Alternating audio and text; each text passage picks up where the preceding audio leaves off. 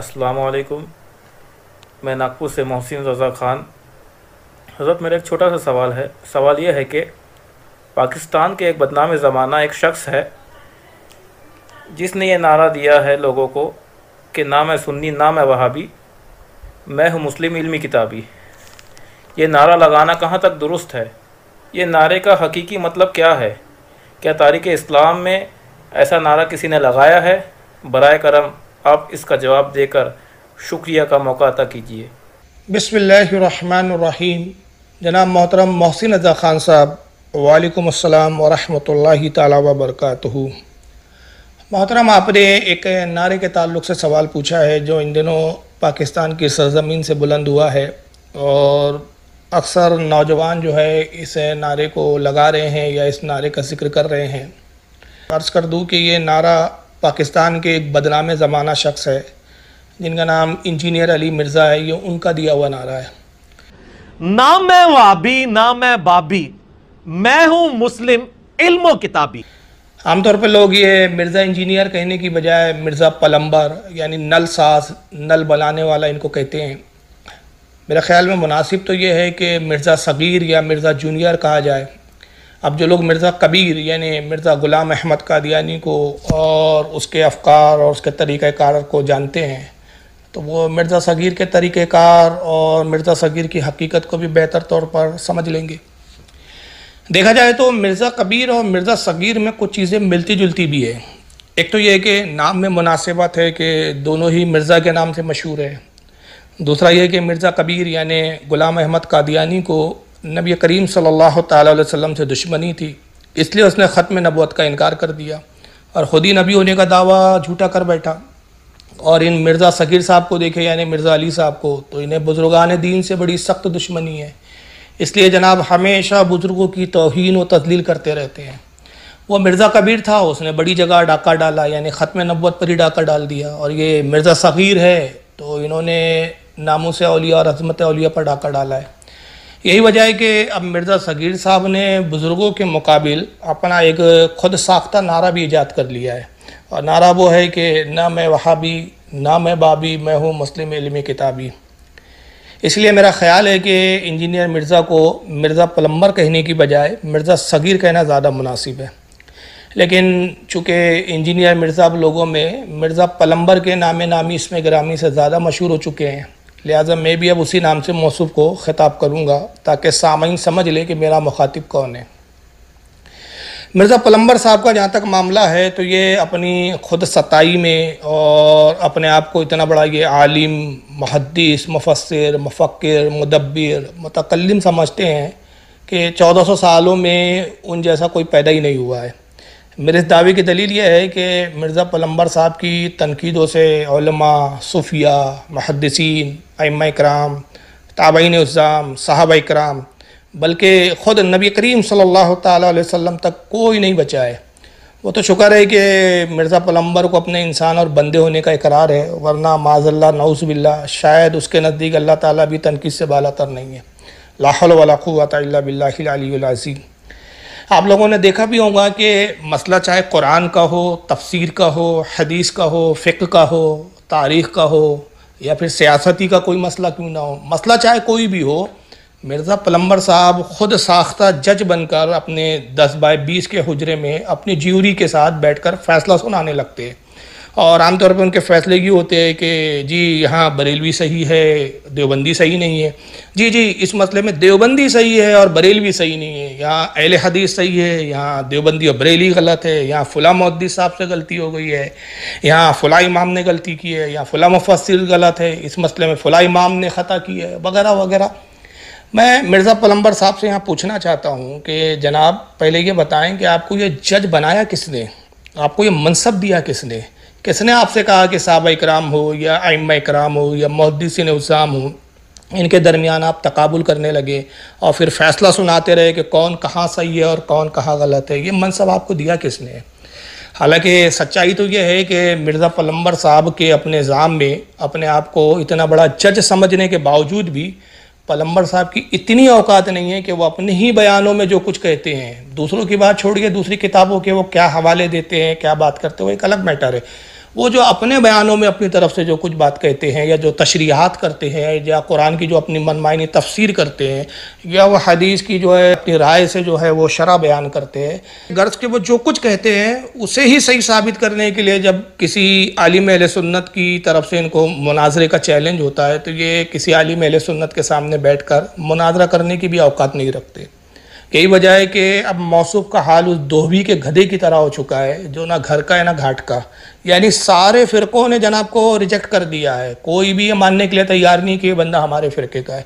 اب اس لیے با مجبوری اب موصوف نے خود ہی ایک نئے فرقے کی داغ بیل ڈالی ہے جس کا سلوگن اور نعرہ یہ بنایا ہے کہ نہ میں وہابی نہ میں بابی، میں ہوں مسلم علمی کتابی۔ اب آئیے ان کے اس نعرے پر کچھ روشنی ڈالتے ہیں جس کے متعلق آپ نے سوال بھی کیا ہے۔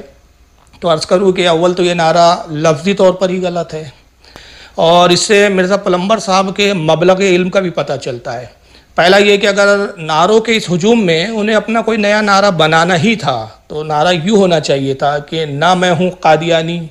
نہ ہوں میں سنی، نہ شیعہ، نہ دیوبندی، نہ ہی ہوں میں وہابی، میں تو ہوں مسلم علمی کتابی۔ اس طرح کا نعرہ ہونا چاہیے تھا، کیونکہ ہم اپنی جماعت کو اہل سنت و جماعت کہتے ہیں اور خود اپنے آپ کو سنی کہتے ہیں،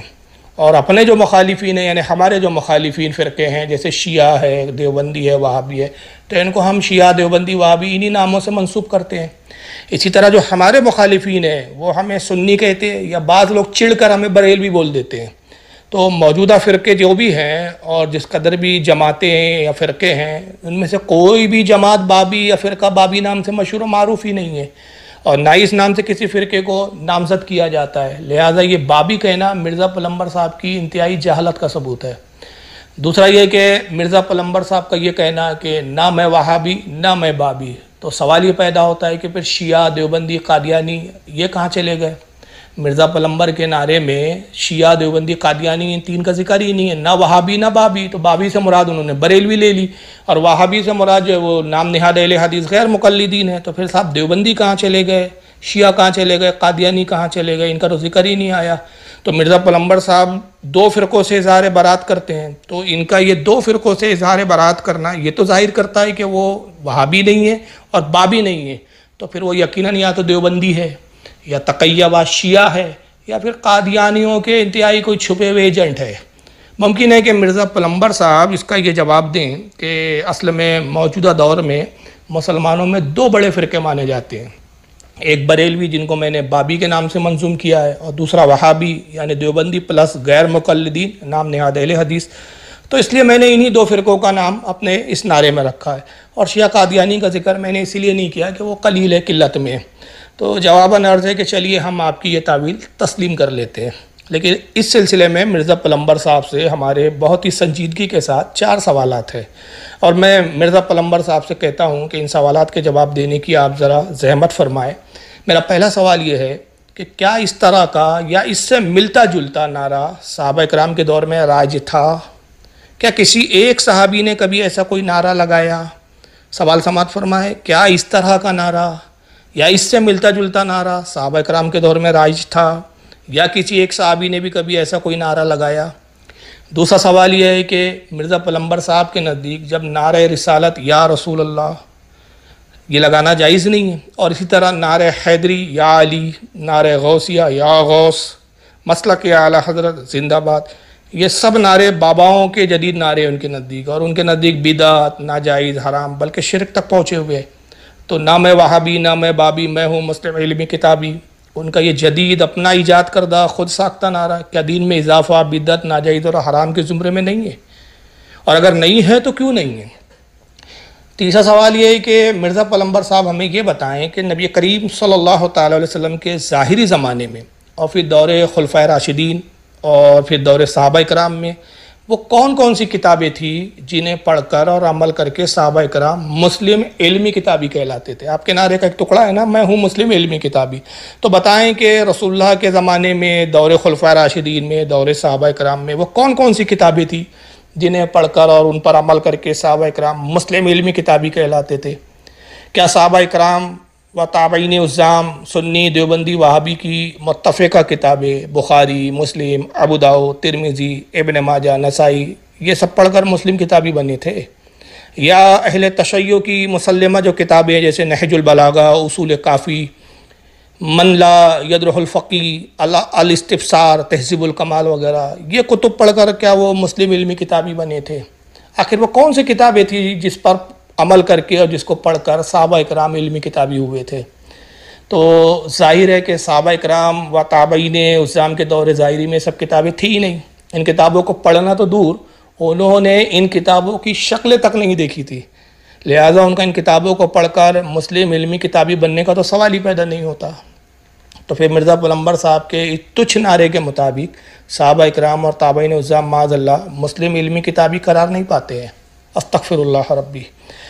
اور جب مرزا پیغمبر کے اس خود ساختہ اصول کے مطابق صحابہ و تابعین اکرام علمی کتابی مسلم نہ بن سکے، یعنی ان کے اس نعرے کے تحت کہ بھئی علمی کتابی جو بنو تبھی آپ مسلم ہیں، تو ان کے اس اصول کے تحت صحابہ اکرام اور تابعین اکرام علمی کتابی مسلم نہ بن سکے، تو 1400 سال کے بعد 10 بائی 10 کے حجرہ جہالت میں اپنے 10-15 خوشامد پسند لوگوں کو جو جناب کی ہر جہالت پر واہ استاد واہ اس طرح کی صدائیں لگاتے رہتے ہیں، انہیں اپنے ہمراہ بٹھا کر بڑبڑانے والا مرزا پیغمبر کیسے علمی کتابی مسلم ہو سکتا ہے؟ اچھا، یہاں ایک بات اور بھی قابل غور ہے، اور وہ یہ کہ عموماً لفظ کتابی جب کہا جاتا ہے تو اس سے مراد یہود و نصارہ کو لیا جاتا ہے. لفظ کتابی جب استعمال ہوتا ہے نا تو اس سے کیا مراد ہوتی ہے؟ یہود و نصارہ، یعنی یہودی اور عیسائی، جیسا کہ قرآن کریم اور احادیث پاک میں بھی یہود و نصارہ کو اہل کتاب یا کتابی کہہ کر ہی مخاطب کیا گیا ہے. تو مرزا پیغمبر صاحب کا اپنے آپ کو کتابی کہنا گویا اپنے آپ کو یہودی یا عیسائی بتانا ہے. اس سلسلے میں آپ مرزا پیغمبر صاحب کی ایک اور جہالت یہ ملاحظہ فرما لیں کہ جناب اپنی ہر تقریر میں بزرگوں کو بابے کہہ کر لعن طعن کرتے ہیں، بابے کہہ کر مذاق اڑاتے ہیں، خوب ان پر لعن طعن کرتے ہیں، ہنستے ہیں، اور پھر بڑے جھوم جھوم کر کہتے ہیں کہ نہ میں وہابی، نہ میں بابی، میں ہوں مسلم علمی کتابی. لیکن ان جاہل زمانوں کو اتنی بھی عقل نہیں کہ جن کتابوں کی بنیاد پر تم اپنے آپ کو علمی کتابی کہہ رہے ہو، یا جن کتابوں پر تمہارا اعتماد ہے، وہ بھی تو کسی نہ کسی بابے کی ہی کتاب ہے، کسی نہ کسی بابے نے ہی لکھی ہے نا. اب چاہے وہ بابے وہ ہوں جنہیں بریلوی مانتے ہیں یا دیوبندی مانتے ہیں، وہابی مانتے ہیں یا اہل تشیع مانتے ہیں، کسی بھی وہ جماعت کے ماننے کے مطلب بابے ہو یا کسی بھی جماعت کے لوگ ان بابے کو مانتے ہیں، تو آخر کتابیں تو بابوں کی ہی ہے نا.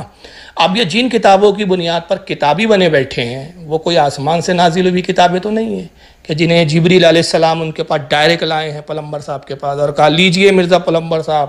یہ ہے وہ کتابیں جنہیں ہم صرف آپ کو دے رہے ہیں، اس لیے کہ اس زمانے میں کوئی وہابی بنا ہوا ہے، کوئی شیعہ بنا ہوا ہے، کوئی بابی بنا ہوا ہے، آپ ان کتابوں کو رکھیے اور تنہا آپ ہی کتابی بن جائیے. خیر یہ ایک الگ بحث کا موضوع ہے. فی الحال تو میں یہ کہنا چاہتا ہوں کہ اگر مرزا پیغمبر صاحب اتنے ہی مسلم علمی کتابی ہیں، یہ جملہ میں چاہوں گا کہ وہ لوگ ذرا توجہ سے سنیں جو پیغمبر صاحب سے حسن ظن رکھتے ہیں یا ان کے معتقد بنے ہوئے ہیں. تو میں کہتا ہوں کہ اگر واقعی جو آپ کے پیغمبر صاحب ہیں اتنے ہی مسلم علمی کتابی ہے جیسا کہ ان کے اکثر مقلدین کو اس سلسلے میں خوش فہمی بھی ہے، تو پھر ان کے ان اندھے مقلدوں کو یہ سمجھ لینا چاہیے کہ جو شخص حقیقتاً علمی کتابی ہوتا ہے وہ کبھی مناظرے سے ڈرتا نہیں، کیونکہ جب اس کے پاس علم بھی ہے اور کتاب بھی ہے تو پھر مناظرے سے ڈر کس بات کا بھائی؟ مناظرے کے لیے دو ہی چیزیں چاہیے، پہلی چیز علم اور کتابیں. تو یہی دو چیزیں جب آپ کے پاس ہے تو پھر آپ مناظرے سے کیوں ڈرتے ہیں؟ حال تو یہ ہے کہ ان کے اپنے ملک پاکستان میں اہل سنت کے کئی علماء نے مرزا پیغمبر صاحب کو مناظرے کا چیلنج کیا ہوا ہے. دیوبند کے بھی بعض مولوی صاحبان نے چیلنج کیا ہے، بلکہ یہاں تک کہ جس جماعت نے انہیں شیر و گندم کھلا کھلا کر پالا پوسا اور جوان کیا، یعنی فرقہ غیر مقلدین نام نہاد اہل حدیث، ان کے بھی بعض مولویوں نے مرزا پیغمبر صاحب کو مناظرے کا چیلنج کیا ہوا ہے. لیکن یہ علمی کتابی صاحب کی اتنی اوقات نہیں ہے کہ وہ اپنے 10 بائی 10 کے حجرے جہالت سے نکل کر میدان مناظرہ میں آئے اور اپنا مسلم علمی کتابی ہونا ثابت کرے. لیکن ایک بات ضرور ہے کہ مسلم علمی کتابی پیغمبر صاحب نے مناظرے سے بچنے کے لیے اور رائے فرار اختیار کرنے کے لیے ایک بڑی زبردست فریبی چال اور تدبیر نکالی ہے. بلکہ یہ کہنا مناسب ہوگا کہ ایک ایسا بدعتی راستہ نکالا ہے جو آج تک کسی کو نہیں سوجا. میں نے خود پیغمبر صاحب کی ایک ویڈیو دیکھی ہے جس میں پیغمبر صاحب سے ان کا اکلوتا خوشامدی سائل ہے ان سے سوال پوچھتا ہے کہ مرزا صاحب بہت سے علماء نے آپ کو مناظرے کا چیلنج کیا ہوا ہے اور کہتے ہیں کہ جب مرزا پلمبر اتنا ہی حق پر ہے، اتنا ہی سچا ہے، اتنا ہی علمی کتابی ہے، تو پھر سامنے بیٹھ کر مناظرہ کیوں نہیں کرتا؟ اس کے جواب میں علمی کتابی جو پلمبر صاحب ہے وہ فرماتے ہیں کہ دیکھو بھائی، ایسا ہے کہ ان مولویوں نے خود آپس میں ایک دوسرے کو کافر قرار دے رکھا ہے۔ بریلوی حضرات جو ہے وہ دیوبندی، شیعہ اور غیر مقلدین کو کافر کہتے ہیں، دیوبندی جو ہے وہ بریلوی اور غیر مقلدین کو کافر کہتے ہیں، غیر مقلدین جو ہے وہ بریلوی، دیوبندی اور شیعہ حضرات کو کافر کہتے ہیں۔ تو آپ ان سے کہیں کہ پہلے تم سب آپس میں میچ کھیل لو، جو جیت کر فائنل میں آئے گا میرا اس سے مناظرہ کرواؤ۔ اندازہ لگائیے، یہ ہے علمی کتابی صاحب کا مکر عظیم، اور یہ ہے اصول مناظرہ کے سلسلے میں پلمبر صاحب کی ایک نئی بدعت جو انہوں نے ایجاد کی ہے، جو اچھوں کو نہیں سوجی۔ میرا پلمبر صاحب سے سوال ہے کہ کیا 1400 سالوں میں ایسی کوئی نظیر ملتی ہے کہ جب کسی فرقہ باطلہ کے کسی مناظر نے اہل سنت و جماعت کو مناظرے کے لیے للکارا ہو، تو ہمارے اہل سنت کے کسی امام نے یا کسی بزرگ نے یا کسی عالم ربانی نے جواب میں یہ کہا ہو کہ دیکھو جناب، اس وقت جس قدر فرقے موجود ہے، پہلے ان تمام فرقوں کے علماء آپس میں مناظرہ کر لے، اور جو آخر میں فائنل جیت کر آئیں گا ہم اس کے ساتھ مناظرہ کریں گے؟ کیا مرزا پلمبر صاحب کو نہیں معلوم کہ نجران کے عیسائیوں نے سید الانبیاء، نبی آخر الزماں صلی اللہ تعالیٰ علیہ وسلم کو حضرت عیسیٰ علیہ السلام کے اللہ کا بیٹا ہونے پر مناظرے کا چیلنج کیا تھا؟ اس وقت نبی پاک صلی اللہ تعالیٰ علیہ وسلم نے تو یہ نہیں فرمایا تھا کہ اے نجران کے پادریوں، جاؤ پہلے یہودیوں سے مناظرہ کرو، جاؤ پہلے مجوسیوں سے مناظرہ کرو، آخر وہ بھی تو حضرت عیسیٰ علیہ السلام کو خدا کا بیٹا نہیں مانتے، پہلے تم آپس میں مناظرہ کر لو، اور تم میں سے جو فائنل جیت جائیں گا پھر اس سے میں مناظرہ کروں گا، کیونکہ میں تو نبی ہوں۔ نہیں جناب، میرے آقا نبی کریم صلی اللہ تعالیٰ وسلم نے ایسا ہرگز نہیں فرمایا تھا، بلکہ نجران کے عیسائیوں کا مناظرے کا چیلنج قبول کیا، مناظرہ مدینہ پاک میں ہوا، اور جب نجران کے عیسائیوں نے اپنی شکست قبول نہیں کی اور آقا صلی اللہ تعالیٰ علیہ وسلم کی حق بات کو ماننے سے انکار کر دیا، تو پھر بات مناظرے سے آگے بڑھ کر مباہلے تک جا پہنچی، اور پھر نبی پاک صلی اللہ علیہ وسلم نے مباہلے کی بھی جو ہے، آپ نے مباہلے کو بھی فرمایا، وہ تفصیلات ہے اس کی، چنانچہ اس کی تفصیل اگر دیکھنا ہو تو قرآن کریم میں پارہ نمبر 3 سورہ آل عمران آیت نمبر 59 سے لے کر 64 تک آپ دیکھ لیں، اس میں یہ مباہلہ اور مناظرے کی تفصیلات موجود ہے۔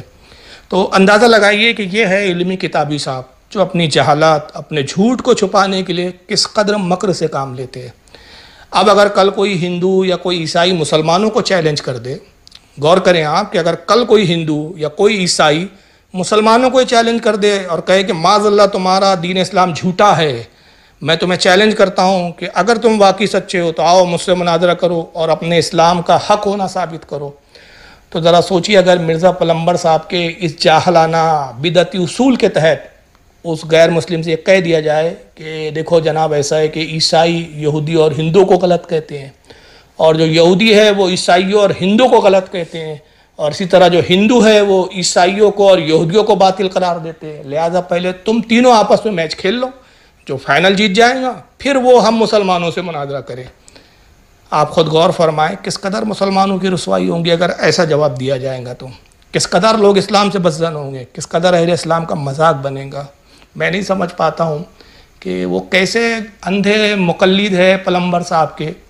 کہ ان کو اتنی موٹی بات سمجھ میں نہیں آتی ہے کہ کمرے میں بیٹھ کے بڑبڑانا یہ کوئی بہت بڑا علم کی دلیل نہیں ہے صاحب۔ جب آپ واقعی علمی کتابی ہے تو آپ کو چیلنج ہو رہا ہے تو آپ نے بیٹھنا چاہیے نا۔ ظاہر سی بات ہے کہ ایک شخص کمپیوٹر چلا رہا ہے اور ایسے لوگوں کے درمیان کمپیوٹر آپریٹ کر رہا ہے کہ جو کمپیوٹر جانتے ہی نہیں، تو وہ تو سمجھیں گے کہ بہت بڑے صاحب آپ کمپیوٹر کے ماہر ہیں، مگر جب ایک کمپیوٹر کا واقعی ایک ماہر آپریٹر سامنے ہو اور وہ چیلنج کرے کہ تجھے کمپیوٹر ٹھیک سے چلانا ہی نہیں آتا، تو جو کمپیوٹر کی جو کمانڈز دیتا ہے یا جس طرح سے تو بٹنیں دباتا ہے وہ بالکل غلط ہے، اور اگر تو صحیح ہے تو میرے ساتھ بیٹھ جا۔ تو اب اگر واقعی جن صاحب کو یہ جو الزام ہو یا ان کا دعویٰ ہو یا ان کو یقین ہو کہ بھائی میں کمپیوٹر اچھے سے چلا سکتا ہوں، تو اس شخص کا وہ چیلنج جو ہے وہ قبول کریں گے۔ تو یہ ایک میں نے مثال دی ہے، لیکن خیر آپ سمجھ رہے ہیں کہ میں کہنا کیا چاہ رہا ہوں، بات لمبی نہ ہو جائے، تو بہرکیف یہ میری مختصراً الزامی گفتگو تھی، اور بقول مرزا پلمبر کے یہ پھکی تھی جو میرے مرزا کو دی ہے۔ اب آئیے کچھ تحقیقی جوابات بھی آپ سماعت فرما لیں، اور وہ یہ کہ یاد رکھیے نبی کریم صلی اللہ تعالیٰ علیہ وسلم نے حقیقی مسلم جنتی جماعت کسی علمی کتابی کو نہیں فرمایا ہے، کوئی آپ کو ایسی حدیث نہیں ملیں گی کہ آقا صلی اللہ علیہ وسلم نے کہا کہ دیکھو علمی کتابی بن جاؤ تو آپ جنت میں چلے جاؤ گے، آپ مسلم ہو جاؤ گے، نہیں، بلکہ آقا نے کیا فرمایا؟ مانا علیہ و اصحابی، فرمایا کہ حقیقی مسلم اور جنتی جماعت وہ ہے جو میرے اور میرے صحابہ کے عقیدے پر قائم ہوں گی۔ تو آپ کو معلوم ہونا چاہیے کہ حقیقی جماعت جو ہے جنتی یا صحیح حقیقت جو مسلم ہے وہ رسول اللہ کے صحابہ اور رسول اللہ کے عقیدے پہ چلنے والا ہے۔ اور آپ کو یہ بھی معلوم ہونا چاہیے کہ صحابہ کرام کے زمانے میں حدیث کی کوئی کتاب باضابطہ طور پر مارک وجود میں نہیں آئی تھی۔ باضابطہ حدیث کی پہلی کتاب جو لکھی گئی وہ حضرت سیدنا امام مالک رضی اللہ تعالیٰ عنہ نے الموطا کے نام سے مرتب فرمائی ہے۔ لہذا حقیقت تو یہ ہے کہ صحابہ نہ وہابی تھے نہ کتابی تھے۔ پھر جملہ سن لیں کہ صحابہ اکرام خود نہ وہابی تھے نہ کتابی تھے، بلکہ وہ سچے پکے خالص قسم کے بابی تھے۔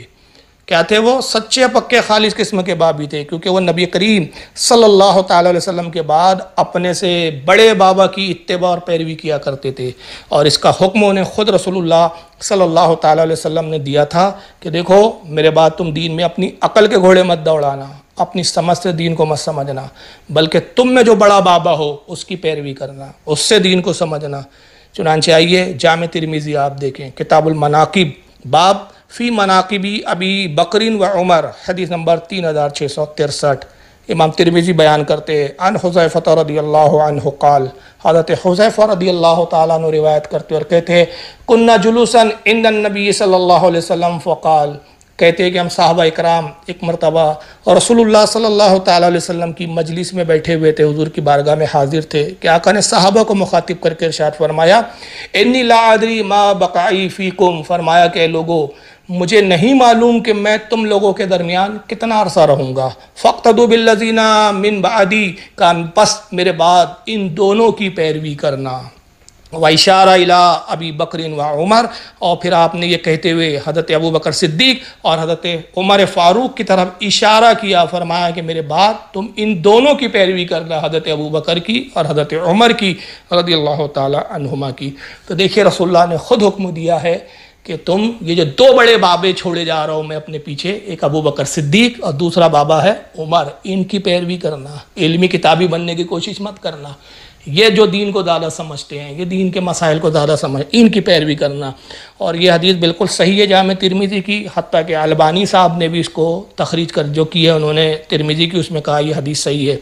اور امام ترمذی کے علاوہ اس حدیث کو امام ابن ماجہ نے بھی نقل کیا ہے المقدمے کے اندر، باب فضائل اصحاب رسول، حدیث نمبر 97۔ اس کو امام محمد ابن سعد نے الطبقات القبریٰ جلد نمبر 2 صفحہ 290 کے تحت لایا۔ اس کو امام ابن ابی شیبہ نے المصنف حدیث نمبر 32605 کے تحت لایا۔ اس کو امام احمد نے اپنی مسند احمد میں حدیث نمبر 23276 کے تحت لایا۔ اس کو امام ابن ابی عاصم نے اپنی کتاب السنہ میں حدیث نمبر 1148 کے تحت بیان کیا۔ اس کو امام بزار نے مسند البزار میں حدیث نمبر 2829 کے تحت بیان کیا۔ اس کو امام طحاوی نے شرح مشکل الاثار کے اندر حدیث نمبر 1224 کے تحت بیان کیا۔ اس کو امام ابن حبان نے اپنی صحیح کے اندر حدیث نمبر 6902 کے تحت بیان کیا۔ اس کو امام حاکم نے المستدرک میں حدیث نمبر 4454 کے تحت بیان کیا۔ اس کو امام بحقی نے سنن القبریٰ حدیث نمبر 10056 کے تحت بیان کیا۔ اس کو خطیب بغدادی نے تاریخ بغداد جلد 13 صفحہ نمبر 466 رجال نمبر 6335 کے تحت بیان کیا۔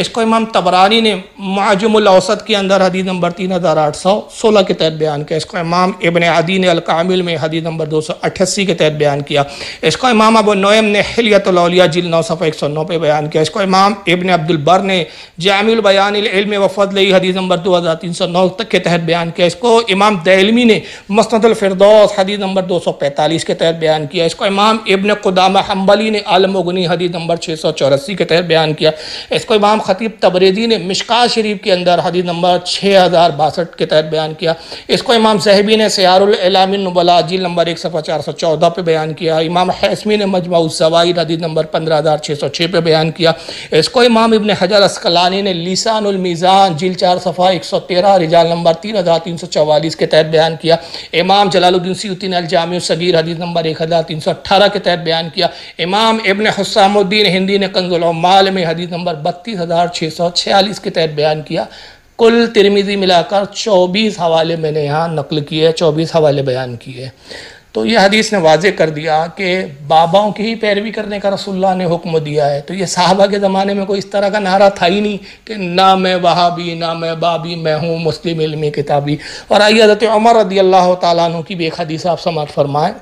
کہ فاروق اعظم رضی اللہ تعالیٰ عنہ نے اپنے زمانے میں خود صحابہ کو مخاطب کرتے ہوئے کیا حکم فرمایا. چنانچہ حدیث پاک کے الفاظ ہے عن ابن عباس قال، حضرت عبداللہ ابن عباس سے روایت ہے، وہ کہتے ہیں خطبہ عمر بن الخطاب الناس بالجابیہ، کہ ایک مرتبہ امیر المومنین حضرت عمر ابن خطاب رضی اللہ تعالیٰ عنہ نے لوگوں کے درمیان خطبہ ارشاد فرمایا. اور جو خطبہ دیا آپ نے وہ جابیہ نام کی ایک مقام ہے، جابیہ نامی، اس مقام پر آپ نے خطبہ دیا. فقال یا ایھا الناس من اراد ان یسأل عن القرآن فلیاتی ابی بن قعب. تو آپ نے کہا کہ اے لوگو، تم میں جو چاہتا ہے کہ وہ قرآن کو سمجھے، قرآن کو متعلق کچھ پوچھنا چاہتا ہے یا قرآن کو سمجھنا چاہتا ہے تم میں سے جو کوئی، تو اس کو چاہیے کہ وہ ابی ابن قعب کی طرف رجوع کرے، وہ ابی ابن قعب کے پاس آئے، ان سے قرآن کو سمجھے. اب بتائیے عربی زبان میں قرآن تھا، کیا صحابہ کو عربی نہیں آتی تھی؟ تو جناب زبان پڑھنے سے ہی سب کوئی علامہ اور مولانا نہیں بن جاتا ہے. فہم کچھ اور ہوتا ہے، زبان دانی کچھ اور ہوتی ہے، حدیث کو پڑھنا اور ہوتا ہے، فہم حدیث کچھ اور ہوتی ہے، تلاوت قرآن کچھ اور ہے، فہم قرآن کچھ اور ہے. صحابہ کو کہہ رہے ہیں کہ من ارادہ ان یسأل عن القرآن، تم میں سے جو چاہتا ہے کہ وہ قرآن کے متعلق کچھ پوچھے، قرآن کو سمجھے، تو فلیاتی ابی ابن قعب، اس کو چاہیے کہ وہ ابی ابن قعب کی طرف آئے. ومن ارادہ ان یسأل عن الفرائض فلیاتی زید ابن ثابت، اور تم میں سے جو چاہتا ہے کہ وہ فرائض اور واجبات کو سمجھے تو اس کو چاہیے کہ وہ زید ابن ثابت کے پاس آئے. یعنی اندازہ لگائیے کہ تمام صحابہ اکرام میں اس وقت فرائض کا اگر کوئی سب سے زیادہ جاننے والا تھا تو وہ زید ابن ثابت تھے. تو حضرت عمر کہتے ہیں کہ یہ زید ابن ثابت جو تمہارا بابا ہے نا، اس بابے کے پاس آؤ اگر فرائض سمجھنا ہے، قرآن سمجھنا ہے. تو ابی ابن قعب یہ جو بابا ہے تمہارا، اس بابے کے پاس آؤ. اپنے عقل کے گھوڑے مت دوڑاؤ، 10x10 کے دڑبے میں بیٹھ کے محقق نہ بن جاؤ. پھر آگے فرماتے ومن ارادہ ان یسأل عن الفقہ فلیاتی معاذ بن جبل، اور کہا تم میں جو فقہ کے مسائل جاننا چاہتا ہے، جو مسائل فقہ سمجھنا چاہتا ہے، اس کو چاہیے کہ وہ معاذ بن جبل رضی اللہ تعالیٰ عنہ کی طرف رجوع کرے. ومن ارادہ ان یسأل عن المال فلیاتینی، اور جو مال کے بارے میں جاننا چاہتا ہے، معاشیات کے بارے میں جاننا چاہتا ہے، اکنامی کو سمجھنا چاہتا ہے، اس کو چاہیے کہ وہ میری طرف رجوع کرے. فَإِنَّ اللَّهَ تَعَالَى جَعَلَنِي لَهُ وَالِيًا وَقَاسِمًا، اور کہا کہ بے شک اللہ تعالیٰ نے مجھے مال کا والی بنایا، اس کا محافظ بنایا، اور میں اس کا تقسیم کرنے والا ہوں. تو یہ حدیث نے بھی واضح کر دیا کہ حضرت عمر بتا رہے ہیں کہ صحابہ میں بھی ہر کوئی وہ نہیں ہے کہ جو علمی کتابی بن جائے، بلکہ کیا ہے، ایسے بابے ہیں کہ جو علم میں ایک سے دوسرے پہ فوقیت رکھتے ہیں، اور جو صاحب فوقیت رکھنے والے لوگ ہیں، جو فوقیت رکھتے ہیں، جو صاحب علم ہے، تو دوسروں کو چاہیے کہ ان بابوں کی طرف رجوع کرے. بہرحال آئیے حوالے سماعت فرمائیں کہ اس حدیث کو کتنے لوگوں نے لکھا ہے. اس کو امام ابن سعد نے طبقات الکبریٰ میں لایا، جلد 2 صفحہ 300. اس کو امام ابن ابی شیبہ نے المصنف میں نقل کیا، حدیث نمبر 33566 کے تحت. اس کو امام ابن ابی حاتم نے الجرح والتعدیل جلد 4 صفحہ 111 کے تحت نقل کیا. اس کو امام طبرانی نے معجم الاوسط میں حدیث نمبر 3783 کے تحت نقل کیا. اس کو امام حاکم نے المستدرک حدیث نمبر 5191 کے تحت نقل کیا. اور امام حاکم رضی اللہ تعالیٰ عنہ اس حدیث کو نقل کر کے کہتے ہیں صحیح علی شرط الشیخین ولم یخرجہ، کہا کہ یہ امام بخاری اور امام مسلم یعنی شیخین کی شرط پر یہ حدیث صحیح ہے. اور یہ الگ بات ہے کہ امام بخاری اور امام مسلم نے اس کو حالانکہ اس کا تخریج نہیں کی، اس کو نہیں لکھا. اس کو امام بہقی نے بھی سنن الکبریٰ میں لایا حدیث نمبر 12190 کے تحت. اس کو امام ذہبی لائے ہیں تذکرۃ الحفاظ جلد 1 صفحہ 20 کے تحت. اس کو امام حیثمی نے بھی مجمع الزوائد حدیث نمبر 566 کے تحت اس کو نقل کیا. تو سامعین آپ نے دیکھا کہ مرزا پلمبر صاحب کا یہ نعرہ کس قدر بیہودہ ہے، اور آپ نے یہ بھی دیکھا ہوگا کہ مرزا پلمبر صاحب اپنے ناقص فہم کے مطابق اردو زبان میں، دیکھیں کیا اردو زبان میں اپنے تحقیق کے چھوٹے چھوٹے پرچے بناتے ہیں اور لوگوں کو اسے پڑھنے کی ترغیب دلاتے ہیں، اور کہتے ہیں کہ دیکھو صاحب یہ فلاں مسئلہ جو ہے نا، یہ میں نے پرچہ نمبر 24 میں بیان کر دیا، اس کو پڑھ لیجئے آپ. فلاں مسئلے کے لیے میں نے پرچہ نمبر 420 بنایا ہے، وہ اس میں دیکھ لیجئے وغیرہ وغیرہ. تو میں پلمبر صاحب سے ذرا ٹھہر کے یہاں پوچھنا چاہتا ہوں کہ جناب مرزا پلمبر صاحب، جب آپ کے نعرے کے مطابق سب کو علمی کتابی بننا ہے تو پھر لوگ ڈائریکٹ کتابیں کیوں نہ پڑھیں؟ آپ کی یہ چھٹاک بھر کے بے تکی تحقیق کے پرچے کیوں پڑھیں؟ آپ کے قول جاہلانہ کے مطابق جب اولیاء کی کتابوں میں غلطیاں ہیں، بڑے بڑے ائمہ و محدثین بھی غلطیوں سے مبرہ منزہ و محفوظ نہیں، تو پھر آپ کی نیم مولوی خطرہ ایمان والی شخصیت اور آپ کی خود ساختہ تحقیق کی کیا حیثیت ہے؟ کیا آپ معصوم عن الخطا ہے؟ کیا محفوظ عن الخطا ہے؟ آخر حلقہ اہل علم و محققین میں آپ کی اپنی حیثیت کیا ہے؟ جو ائمہ اولیاء محدثین کو تو چھوڑ دیں اور آپ جیسے لعنتی کی تحقیق پر لوگ اعتماد کریں کہ آپ اپنے پرچوں کو بانٹتے ہیں، نعرہ تو یہ دیتے ہیں کہ نہ میں وہابی نہ میں بابی، میں ہوں علمی کتابی۔ تو کتاب دیجئے نا ڈائریکٹ پوری اٹھا کے بخاری دے دیجئے کہ جاؤ بیٹا یہ بخاری پڑھو اور خود تحقیق کرو، چھٹاک بھر کے، اور وہ جو ہے وہ آپ چند ور کی پرچے کیوں بانٹتے ہو؟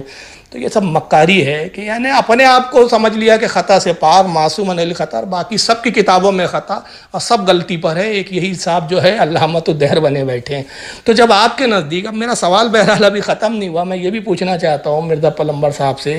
کہ جب آپ کے نزدیک ائمہ کی تحقیق بلا دلیل جانے کہ دلیل کیا ہے یہ جانے، اگر کسی امام کی تحقیق کو کوئی مان لیتا ہے تو اس کو تقلید کہتے ہیں، جو کہ حرام ہے آپ کے نزدیک، تو پھر آپ کے یہ 2-4 ورقی پرچے کیوں مانے جائیں؟ کیا آپ اپنے یہ چند ورقی اردو پرچے لوگوں کے ہاتھوں میں تھما کر انہیں ڈائریکٹ کتابوں سے تحقیق کرنے سے روک نہیں رہے ہیں؟ کیا آپ ڈائریکٹ کتابوں تک جانے سے ان کو جو ہے رکاوٹ نہیں بن رہے ہیں اور انہیں علمی کتابیں بننے سے آپ محروم نہیں کر رہے ہیں؟ تو پھر وہ علمی کتابیں کیسے بنیں گے کہ جب وہ ڈائریکٹ کتاب نہ پڑھ کے ہی آپ کے چھٹاک بھر کے پرچے پڑھنے بیٹھ جائیں گے؟ اسے ہی کہتے ہیں جناب مکر و فریب اور دوگلا پن۔ آپ کا حال قوم شعیب علیہ السلام کی طرح ہے۔ وہ قوم شعیب جو تھی نا، ان کا حال یہ تھا کہ لینے کے باٹ الگ تھے اور دینے کے باٹ الگ تھے، تو آپ کا یہ حال ہے۔ خیر حقیقت تو یہ ہے کہ میں یہاں سامعین سے کہوں گا کہ حقیقت تو یہ ہے کہ مرزا پلمبر جو ہے نا وہ ایک بیمار شخص ہے اور اسے علاج کی سخت ضرورت ہے۔ اسے صحابہ، ائمہ اور بزرگان دین سے بغض حسد کا حیضہ ہو گیا ہے، اور ہوشیار ہو جائیے، بغض اولیاء ایک خطرناک بیماری ہونے کے ساتھ ساتھ سخت متعدی یعنی چھوٹ کی بیماری بھی ہے۔ یہ بڑی تیزی سے پھیلتی ہے، جتنا کورونا تیزی سے نہیں پھیل رہا ہے نا اس سے زیادہ یہ بیماری پھیل جاتی ہے۔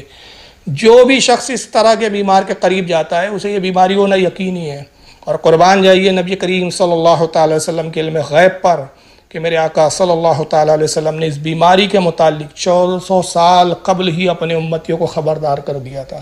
اور بتا دیا تھا کہ یہ بیماری کتنی محلی کا خطرناک ہے۔ چنانچہ جامع ترمذی کتاب الفتن باب ما جاء فی علامتی حلول المسک والخسفی حدیث نمبر 2211، اس کے تحت حضرت امام ترمذی ایک بڑی طویل حدیث لائے ہیں جس میں نبی کریم صلی اللہ تعالیٰ علیہ وسلم قیامت کی نشانیاں بیان فرما رہے ہیں اور اپنے امتیوں کو بتا رہے ہیں کہ دیکھو قیامت سے قریب کیا کیا ہوگا، اور پھر وہی سب بیان کرتے ہوئے آقا فرماتے وَلَانَ آخِرُ هَذِهِ الْأُمَّةِ أَوَّلًا فَلْيَرْتَقِبُوا عِنْدَ ذَلِكَ رِيحًا حَمْرَاء وَزَلْزَلَةٌ وَخَسْفٌ وَمَسْخٌ وَقَذْفٌ۔ آقا فرماتے ہیں کہ اے لوگو قیامت کی نشانیوں میں سے یہ بھی ہے کہ اس امت کے آخری زمانے کے لوگ پہلے کے بزرگوں پر لعن طعن کریں گے۔ کیا فرمایا کہ قیامت کی نشانیوں میں سے یہ بھی ہے کہ اس امت کے آخری زمانے کے لوگ پہلے کے بزرگوں پر لعن طعن کریں گے، اور جب وہ ایسا کریں تو اس وقت تم سرخ آندھیوں، زلزلوں، زمین کے دھسنے، شکلوں کے مسخ ہونے اور پتھروں کے آسمان سے برسنے کا انتظار کرو۔ آج یہ جو تکلیفیں، پریشانیاں جو ہے مسلمانوں کے درمیان میں، آج جو مسلمان ان مصیبتوں سے جھوج رہے ہیں، اس کا سبب یہ اس طرح کے مرزا پلمبر جیسے بدبخت لوگ ہیں کہ جو بزرگوں کی توہینیں کرتے ہیں، ان پہ لعن طعن کرتے ہیں، اور اللہ کا غضب اس کی وجہ سے سارے لوگوں پر آتا ہے، کیونکہ قاعدہ ہے کہ گھل کے ساتھ گیہوں بھی پیس جایا کرتا ہے۔ اب آپ جان چکے ہوں گے کہ اس بیماری کی پہچان کیا ہے، اس بیماری کے مریض کو کیسے پہچاننا ہے۔ پہلے بزرگوں پر لعن طعن کرنا یہ اس کی نشانی ہے، انہیں برا کہنا، بزرگوں کی توہین و تذلیل کرنا، یہ ہے اس بیمار کی پہچان۔ اور یہ بھی یاد رکھیے کہ بیماری اس قدر مہلک ہوتی ہے کہ اگر وقت سے پہلے اس کا علاج نہ ہو سکا تو انجام بہت برا ہوتا ہے۔ پھر انجام کیا ہوتا ہے؟ آئیے دیکھیں بخاری شریف کتاب الرقاق باب التواضع حدیث نمبر 6502، عن ابی ہریرہ قال قال رسول اللہ صلی اللہ علیہ وسلم ان اللہ قال من عدا لی ولیا۔ حضرت ابو ہریرہ رضی اللہ تعالیٰ سے روایت ہے، کہتے ہیں کہ اللہ کے رسول صلی اللہ تعالیٰ وسلم ارشاد فرماتے ہیں، اور آقا کہتے ہیں کہ اے لوگو بے شک اللہ تعالیٰ ارشاد فرماتا ہے۔ یہ حدیث قدسی ہے، آقا اللہ سے روایت کرتے ہیں، کہتے ہیں اللہ تعالیٰ بے شک اللہ ارشاد فرماتا ہے من عدا لی ولیہ، کہ اللہ فرماتا ہے جس نے میرے ولی سے دشمنی لی، دشمنی کی، میرے ولی کو برا بھلا کہا، میرے ولی پہ لعن طعن کیا، فقد آذنتہ بالحرب، تو اللہ فرماتا ہے کہ تحقیق میں اس سے اعلان جنگ کرتا ہوں۔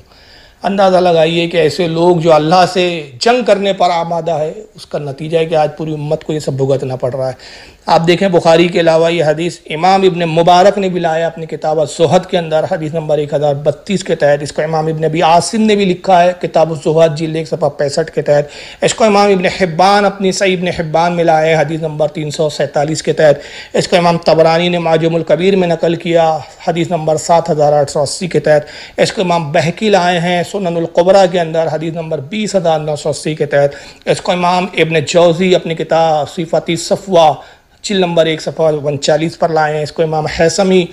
مجمع الزوائد حدیث نمبر 17950 کے تحت لائے ہیں۔ اس کو امام قرطبی الجامع احکام القرآن، جو قرآن پاک کی تفسیر ہے ان کی، اس کی جلد نمبر 7 صفحہ 411 سورہ مائدہ آیت 27 کے تحت اس حدیث کو نقل کیا ہے۔ آخری میں ایک اہم بات کہتے ہوئے میں رخصت ہوتا ہوں، اور وہ یہ کہ اس آڈیو کے یوٹیوب پر اپلوڈ ہوتے ہی مرزا پلمبر صاحب کے اکثر اندھے مقلدین کامنٹس میں یقیناً مجھے گالیاں سے نوازیں گے، یقیناً مجھے وہ گالیاں دیں گے، لیکن میں انہیں کہتا ہوں کہ پلمبر صاحب کے اندھے مقلدو، ایک بار اس بات پر ضرور غور کر لو کہ جب تمہارا آقا مرزا پلمبر بڑے بڑے عظیم المرتبہ ائمہ اولیاء علماء پر تنقیدیں کرتا ہے تو تم اپنی کم علمی کے سبب اسے اظہار علم کہتے ہو، حق کی ترجمانی بتاتے ہو، دین کی خدمت سمجھتے ہو، اور یہ کہتے ہو کہ ہمارے آقا نے کتابوں سے تحقیق پیش کی ہے۔ کسی شخصیت کو مت مانو، کسی امام کی تقلید مت کرو، نہ میں وہابی نہ میں بابی، میں ہوں مسلم علمی کتابی۔ لیکن جب کوئی تمہارے آقا پر تنقید کرتا ہے اور اس کی جہالت تست بام کرتا ہے تو تم تل ملا اٹھتے ہو، گالیاں دینے لگتے ہو، توہین پر اتر آتے ہو۔ لہٰذا مرزا پلمبر صاحب کے ان بھکتوں سے گزارش ہے کہ برائے مہربانی وہ تل بلائے نہیں، ناراض نہ ہو، اور غصے کو تو قطعاً اپنے قریب پھٹکنے بھی نہ دے، کیونکہ جب تمہیں اپنے آقا مرزا پلمبر کی زبانی بڑے بڑے صحابہ ائمہ اولیاء علماء پر تنقید کرنا اچھا لگتا ہے تو مرزا پلمبر پر بھی تنقید سننے کا حوصلہ پیدا کیجئے۔ اب صرف یہ کہنے سے کام نہیں چلے گا کہ نہ میں وہابی نہ میں بابی، میں ہوں مسلم علمی کتابی۔ اگر واقعی مسلم علمی کتابی ہو تو پھر مرزا پلمبر کی ہر بکواس پر ایمان مت لاؤ، اس کی اندھی تقلید مت کرو، اور ان علماء اہل سنت کو بھی سن لیا کرو جو مرزا کی علمی خیانت اور اس کی جہالت کو واضح کرتے ہیں۔ یاد رکھو تمہارا آقا مرزا پلمبر کوئی معصوم عن الخطا نہیں، بلکہ وہ سراپا خطا ہی خطا ہے، اور فتنہ ہی فتنہ ہے، والفتنۃ اشد من القتل۔ اس ساری گفتگو کے بعد بھی اگر کسی کو میری بات سمجھ میں نہ آئے تو پھر اس کی اپنی مرضی، میری صحت پر اس سے کوئی فرق نہیں پڑتا۔ والسلام علیکم۔